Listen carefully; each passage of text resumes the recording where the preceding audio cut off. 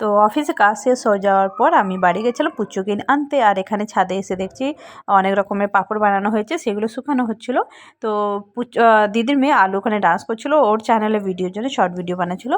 তো পুচু ওর সঙ্গে ডান্স করছিলো। আর এই পাঁপড়গুলো আজকে ডালা হয়েছে, বাবার বানিয়েছে। আর একদিন আগে সুজির পাঁপড় আর সাবুদানা পাঁপড় হয়েছিল।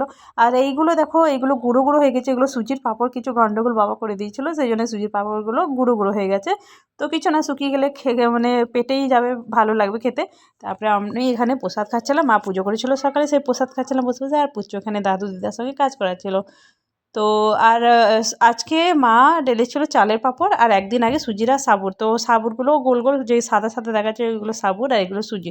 তো আমরা পাঁপড়গুলোকে ভরে টিয়ে নিচে নিয়ে যাচ্ছি। আর এইগুলো দেখো গোল গোল চালের পাঁপড়। তো প্রত্যেক বছর লম্বা লম্বা চালের পাঁপড় হয়, এবছর মা গোল গোল বানিয়েছে, কেন কি জানি না। তো চলো টাটা, বাই বাই।